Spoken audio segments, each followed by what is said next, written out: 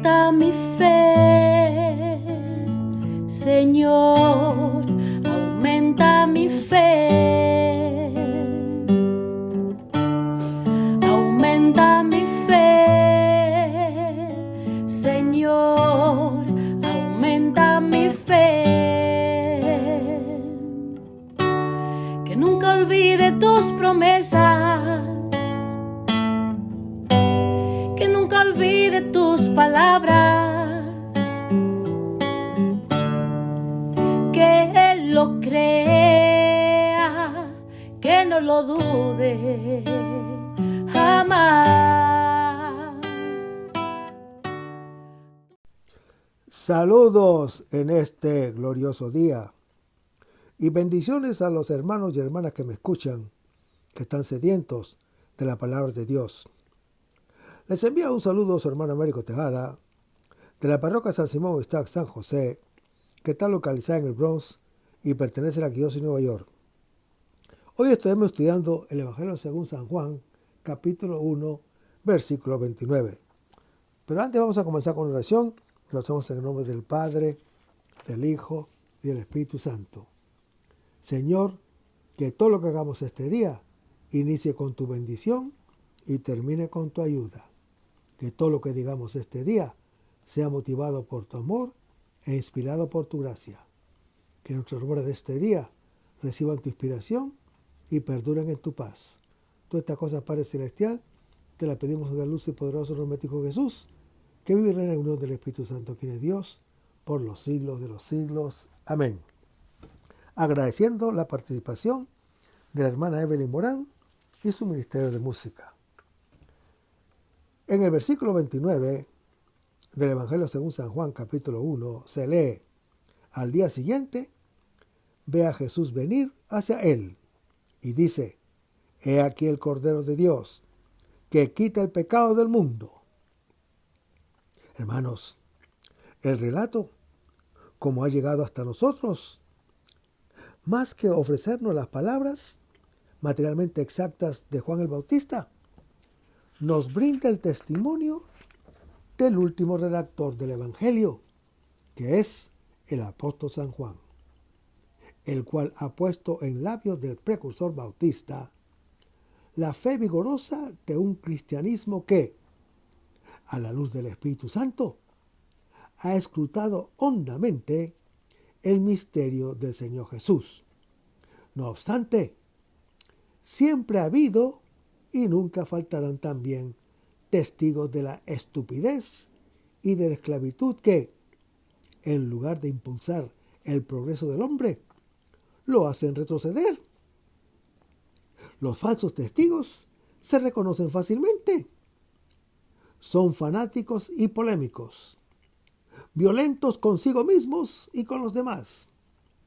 El verdadero testigo, por el contrario, es sumamente respetuoso tanto del otro como de sí mismo. No es polémico, sino capaz de asimilar la oposición.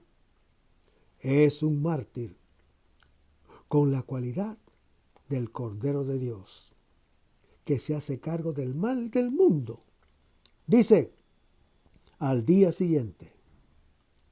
Hermanos, de la misma manera que el relato de la creación se escribe en el ritmo de la sucesión de los días, también el relato de la nueva creación, obra de la palabra encarnada, el primer día que no se menciona, es aquel en el que Juan el Bautista declara saber que allí está aquel a quien no conoce. Debería transcurrir un día. Pero, ¿qué tan largo puede ser ese día? Hermanos, antes de poder reconocer a aquel a quien ya antes había visto, tiene que discurrir un tiempo para poder llegar a la iluminación. El tiempo necesario y suficiente para que el deseo purificado por la escucha haga capaz al ojo de ver lo que ya se le ha dado. Dice, ve a Jesús venir hacia él. Hermanos, al día siguiente de su testimonio, Juan el Bautista ve a aquel que ya antes había contemplado, pero sin reconocerlo. También el lector ya ha oído en el prólogo que el Señor Jesús es el Hijo único de Dios, pero requiere tiempo para reconocerlo. Ver a Jesús que viene es ver al invisible. Es la palabra encarnada que muestra la gloria de Dios. Juan el Bautista está a la espera, pero es Jesús quien viene para hacerse ver, puesto que siempre la iniciativa del encuentro es del Señor Jesús. El Hijo de Dios se dirige necesariamente tanto al Padre Celestial como a nosotros, los creyentes. Dice, he aquí. Hermanos, he aquí en griego se dice, mira. Juan el Bautista, el oyente de la palabra de Dios, finalmente ve a quien ya ha mirado sin ver. Y dice sorprendido, mira. No se dirige a nadie en particular, porque en el relato aparecen solo él y el Señor Jesús, sino que se dirige a cada uno como a nosotros los creyentes que oímos su testimonio. Dice, el Cordero de Dios que quita el pecado del mundo. Hermanos, Juan el Bautista habla del Cordero de Dios, un término cargado de sentido. Para el evangelista y apóstol San Juan, será uno de los títulos del Señor Jesús. Juan el Bautista, en una franca actitud de apertura al don de Dios, efectúa el paso del deseo al deseado, de la espera al esperado. Es figura de todo creyente que reconoce la luz de la palabra de Dios, que brilla en la creación. Es un iluminado, perfectamente consciente de no ser él la luz. Al mismo tiempo, es figura del Israel que reconoce en el Mesías al Cordero de Dios, el Hijo de Dios, su Señor, que viene hacia él. Es el sabio y profeta por excelencia, el último de los profetas que ve a aquel que ha nacido del Espíritu Santo y se convierte en su testigo. Hermanos, Juan el Bautista es la voz de uno que grita en el desierto. Tiene una clara resonancia de palabra consoladora, porque promete el perdón y trae la buena noticia. Miren a nuestro Dios, como lo anuncia el profeta Isaías en su capítulo 40. Pero el perdón no es una gracia destinada solo a Israel, sino a todo el mundo, porque es objeto de que toda carne vea su gloria. La primera presentación que el evangelista y apóstol San Juan hace del Señor Jesús, además de su austera solemnidad, es rica en contenido teológico. Hermanos, Juan el Bautista testimonía no solo que el Señor Jesús es el Mesías, sino también que con su muerte redime al mundo del pecado. Al llamar al Señor Jesús Cordero de Dios, alude a su sacrificio redentor. El profeta Isaías había comparado los sufrimientos del siervo doliente, el Mesías, con el sacrificio de un cordero, y lo hace en Isaías capítulo 53. También la sangre del cordero pascual, rociada sobre las puertas de las casas israelitas, había servido para librar de la muerte a los primogénitos de los israelitas en Egipto, según lo anuncia Éxodo, capítulo 12.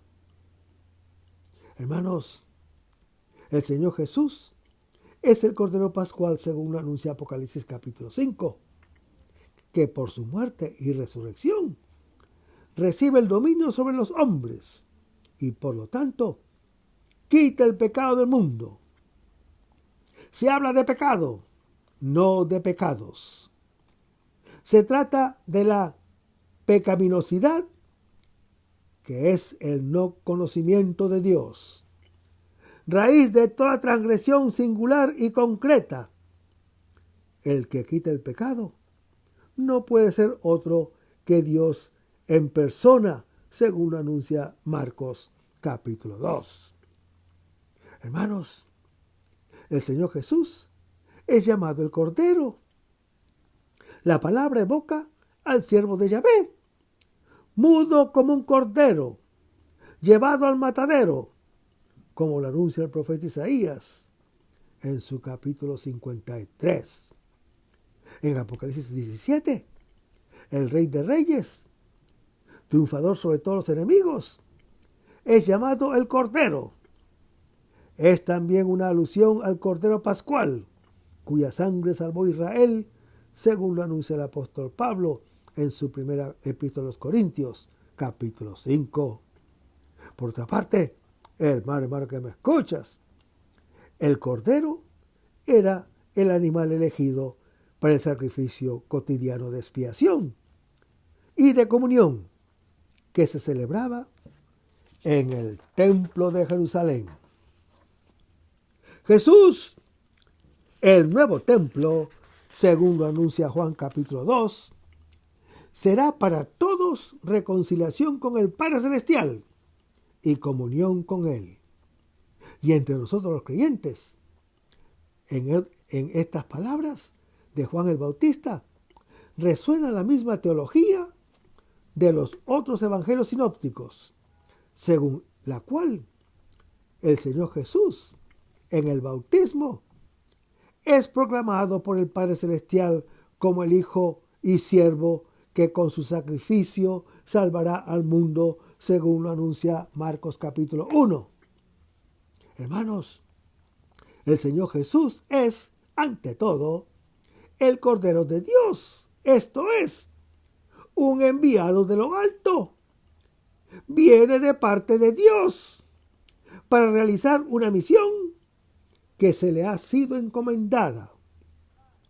Al presentar al Señor Jesús como el Cordero de Dios que quita el pecado del mundo, el autor del cuarto evangelio, el apóstol San Juan, tiene ante su mente la figura del siervo de Yahvé, comparado por el profeta Isaías a un cordero paciente, y lo describe así: maltratado, se humillaba y no abría la boca, como cordero llevado al matadero, como oveja ante el esquilador, enmudecía y no abría la boca.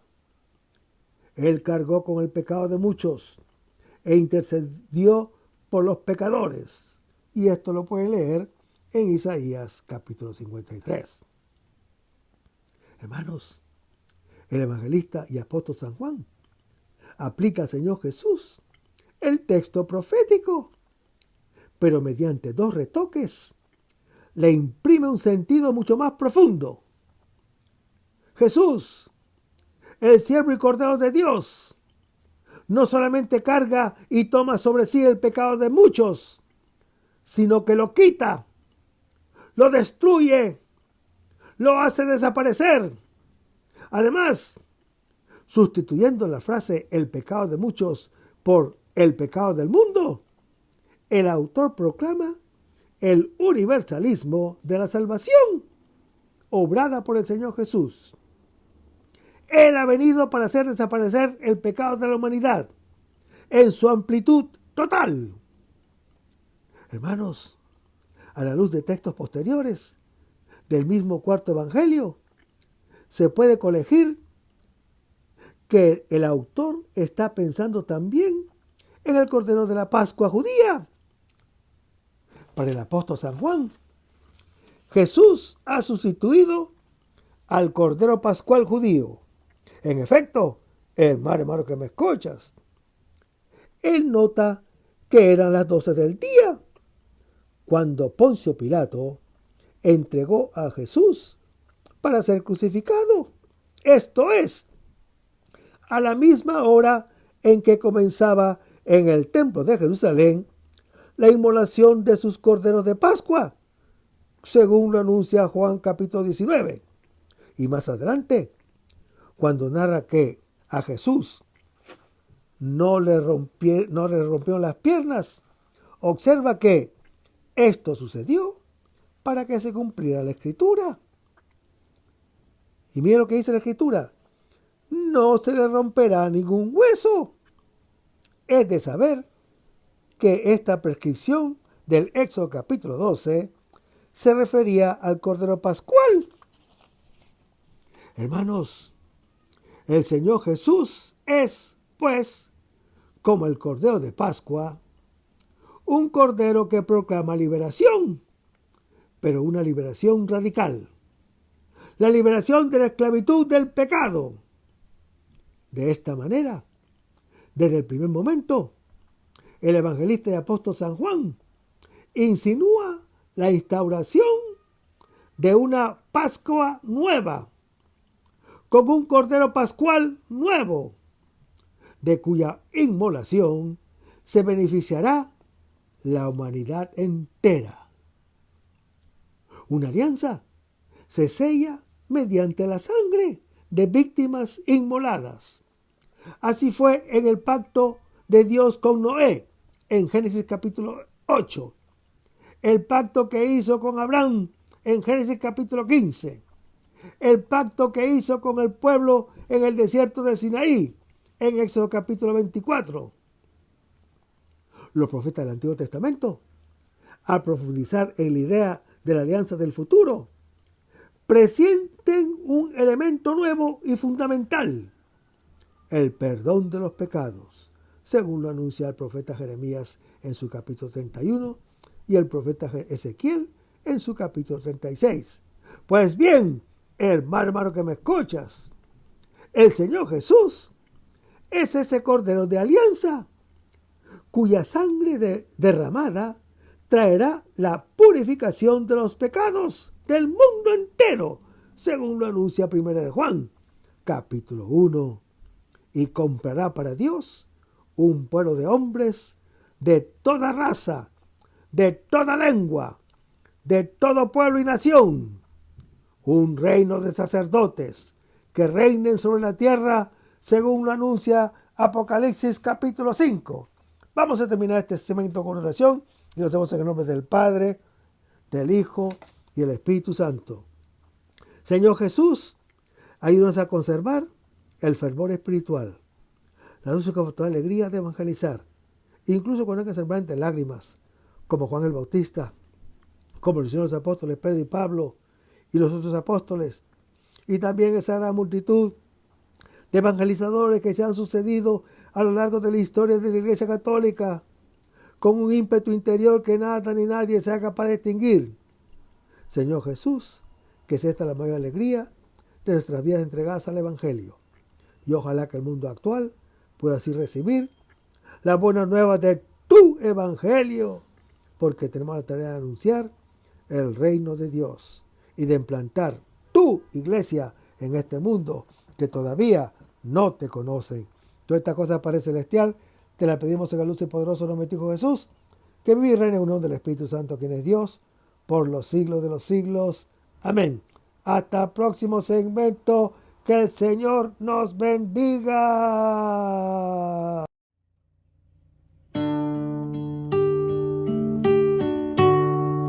Aumenta mi fe, Señor, aumenta mi fe.